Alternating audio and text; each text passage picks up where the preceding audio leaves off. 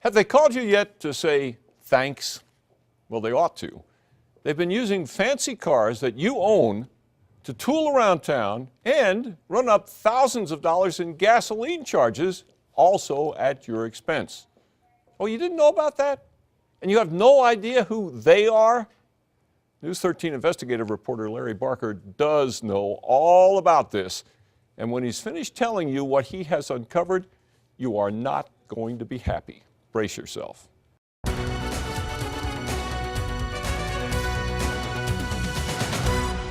Is somebody going to be held accountable for what's happened here, Chief? Absolutely. You know, we have knuckleheads who are just behaving badly and not following the rules. It's an entirely unacceptable, unapproved situation. It's quitting time for Lucretia Rivera. When she calls it a day and heads home, Lucretia's behind the wheel of a Cadillac Escalade. She goes everywhere in this SUV, whether it's to and from her North Valley apartment or just tootling around town. But there's something wrong with this picture. You see, when Lucretia grabs the keys to the Escalade, she's up to no good. Whenever she wants a vehicle, she simply, quote, borrows one from this vast parking lot. And it's not just Lucretia. Her co-workers all did the same thing. Now, these guys are not some high-profile corporate bigwigs, and this place is not Hertz Rent-A-Car. You see, Lucretia and her friends work at the Albuquerque Police Department's vehicle seizure unit, and these cars were forfeited by drunk drivers.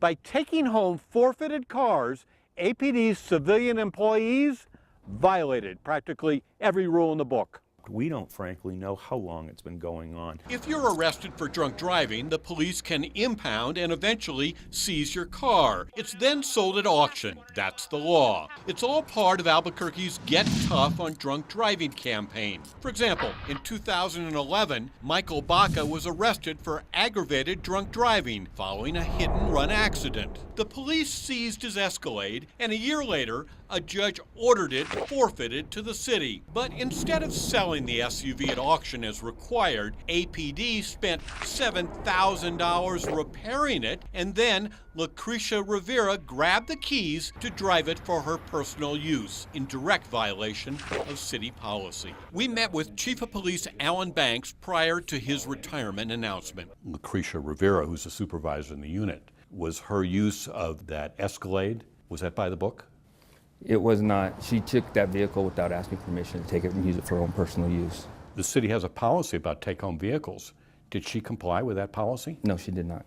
In 2008, the city seized this Ford Ranger from John Rust after his second drunk driving arrest. The truck was forfeited to the city. However, instead of selling it at auction, APD employees quietly kept it for themselves. In December, we caught Lucretia Rivera driving the truck around town and then taking it home in direct violation of the rules. Our investigation found Rivera, Anna Griego, and Kyle Evans all commandeering forfeited vehicles for their own use. That includes this Nissan, this GMC truck, and this Chevy pickup. Outside of APD, nobody noticed because employees covered it up by using untraceable license plates. Where in the heck were they getting license plates for these forfeited cars? These license plates are called skip plates. They're normally used for undercover vehicles. They should not have skip plates on their vehicles. These are government or city issued cars. They should have been equipped with government plates. Why weren't they? That's a good question.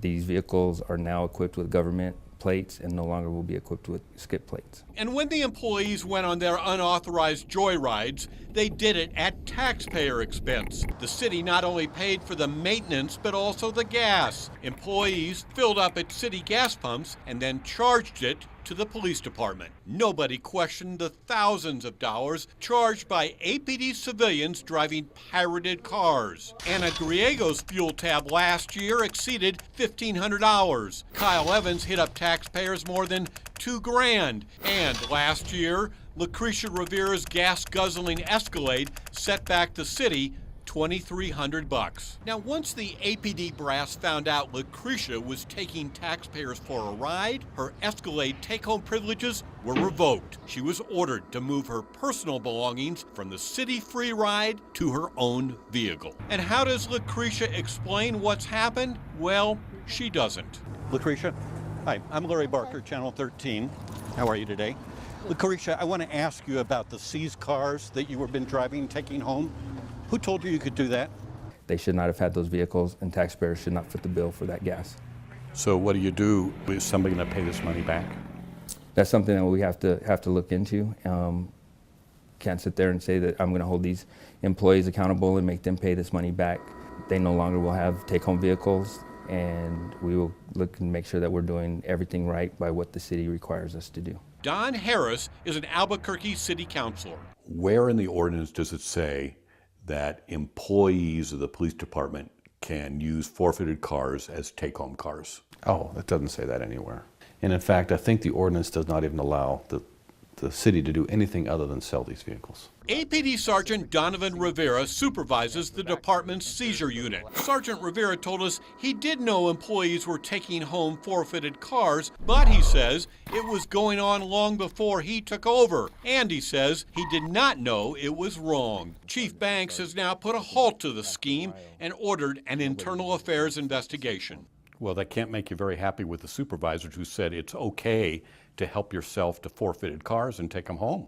Well, and ultimately it's my responsibility. When I came on in August, my responsibility is to make sure that this entire department is in compliance.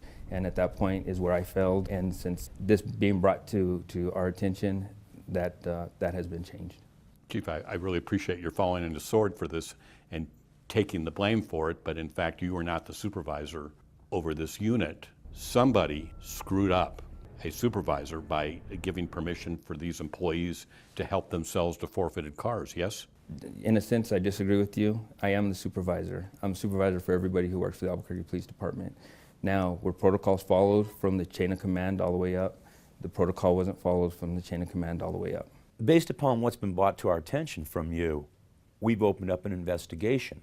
That internal affairs investigation is looking at how long this practice has been going on. Could be years, many years, the severity of the violations, and it will involve administrative and disciplinary process up to and including termination if necessary. The most important thing is the chief needs to take some action against these employees who are violating the public trust. It's not going to be swept under the rug, and we will take care of it. My goal is that this never happens again. This is somewhat of an embarrassment to the department. Do you think at this point, Chief, they get it? They probably got it a week ago when they heard from me.